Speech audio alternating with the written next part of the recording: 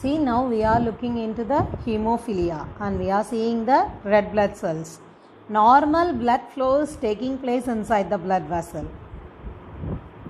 See, the blood flows quite naturally. Blood vessel gets cut and the blood is oozing out. You can see here. The damaged cells release thromboplastin and the platelets will be coming there with the recognition of this. And they will form a fibrin mesh. The thrombin then mixes with the fibrinogen to form a fibrin mesh.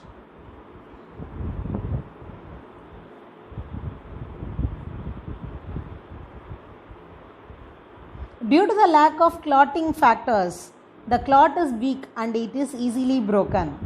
So the clot is breaking out.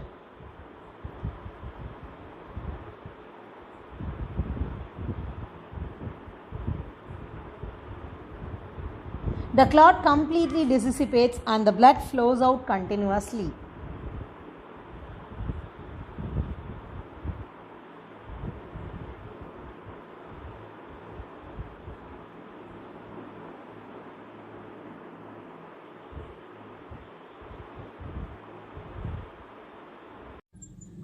Hemophilia. It is commonly known as breeder's disease, which is more common in men than in women because the women have both X chromosomes. So if the one chromosome is defective, the other chromosome will bear and compensate it. Whereas for a male man, he has only one X chromosome. So there will not be any problem. Whatever he has, that has to be explained. This hereditary disease was first reported by John Cotto in the year 1803. Hemophilia is caused by a recessive X-linked gene. A person with a recessive gene for hemophilia lacks a normal clotting substance thromboplastin in his blood. Hence, minor injuries can cause continuous bleeding and it may lead to death. So what will happen? The person gets a recessive gene for hemophilia. So for a woman, luckily she has another X chromosome. The X chromosome with the recessive gene for hemophilia is present in one chromosome. The other chromosome will compensate and it will dominate, it will feel its dominance, it will provide its dominance over the other chromosome. So she will not be affected. But when it is coming for a man, he has only one X chromosome and one Y chromosome. So it will be affected. So the hemophilia person, they will not get the thromboplastin in their blood. You might have seen the film E.T. children. In that film, the hero, he has this hemophilia disease. Okay. So if I say some film, then you will be happy to see. That's it. Hence, whatever be the minor injury, what will happen? It will cause continuous bleeding and that will lead to death of the person. As the blood is not stopping out, the person will die. The females are the carriers of the disease and they would transmit the disease to 50% of their sons, even if the male parent is normal. Because the father will give us the Y chromosome for a boy and the mother will give a X chromosome from the, yes. So we will get 50% of chance of the son to get affected because the mother is getting hemophilia. So the father may be healthy but he is not giving his chromosome, X chromosome. So, hemophilia follows the characteristic of a crisscross pattern of inheritance. That means from mother to son. From father means it will be a carry. Because the other chromosome from the mother will show its dominance over the hemophilia. Color blindness.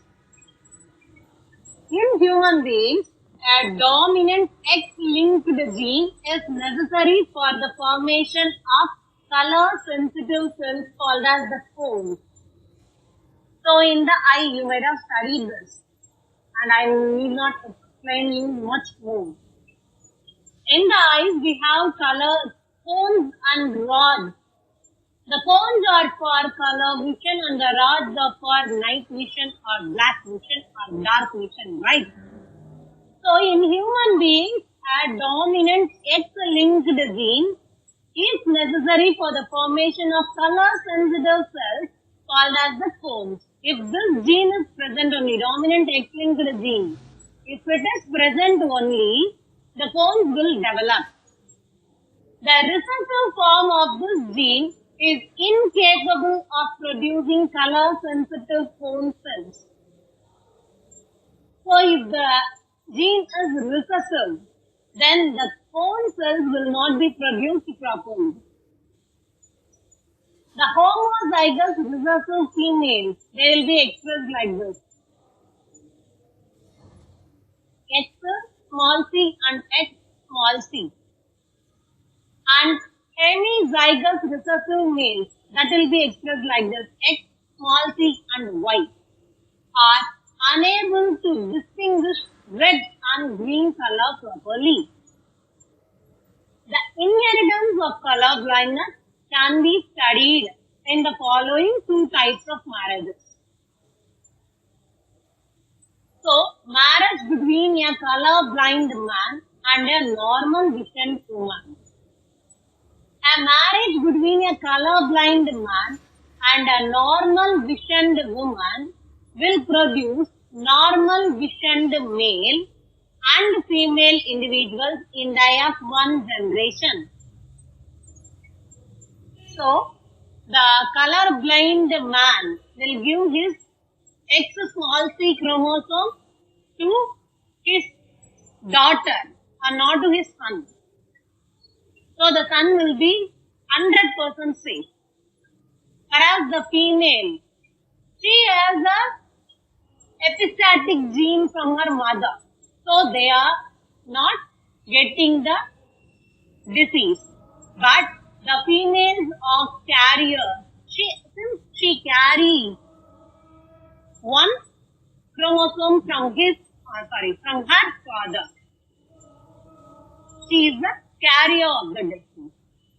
The marriage between a F1 normal visioned carrier woman and a normal visioned male will produce one normal visioned female and one carrier female, one normal visioned male and one color blind male.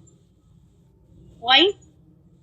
She has the problem of color blindness in her gene, but it is not expressed out because of the epistasis of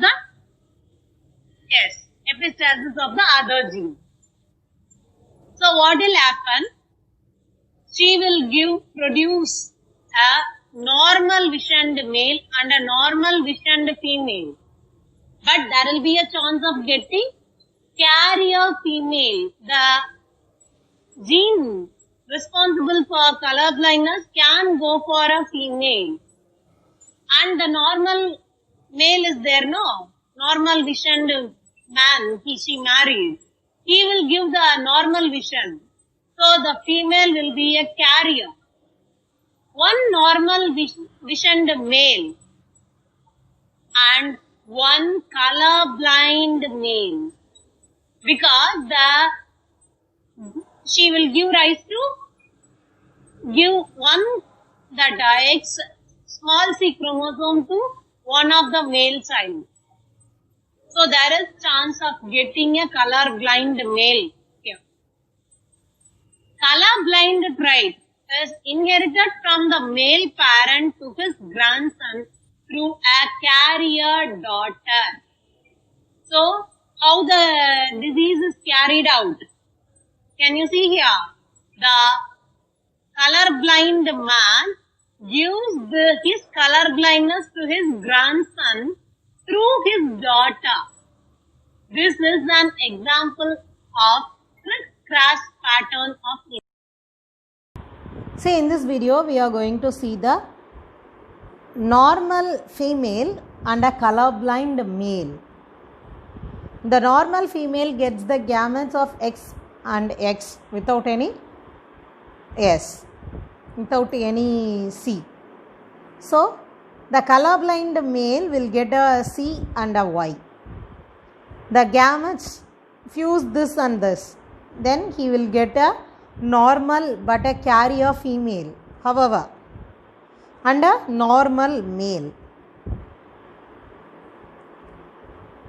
So, if the normal but a carrier female and a normal male gets married, then what will happen?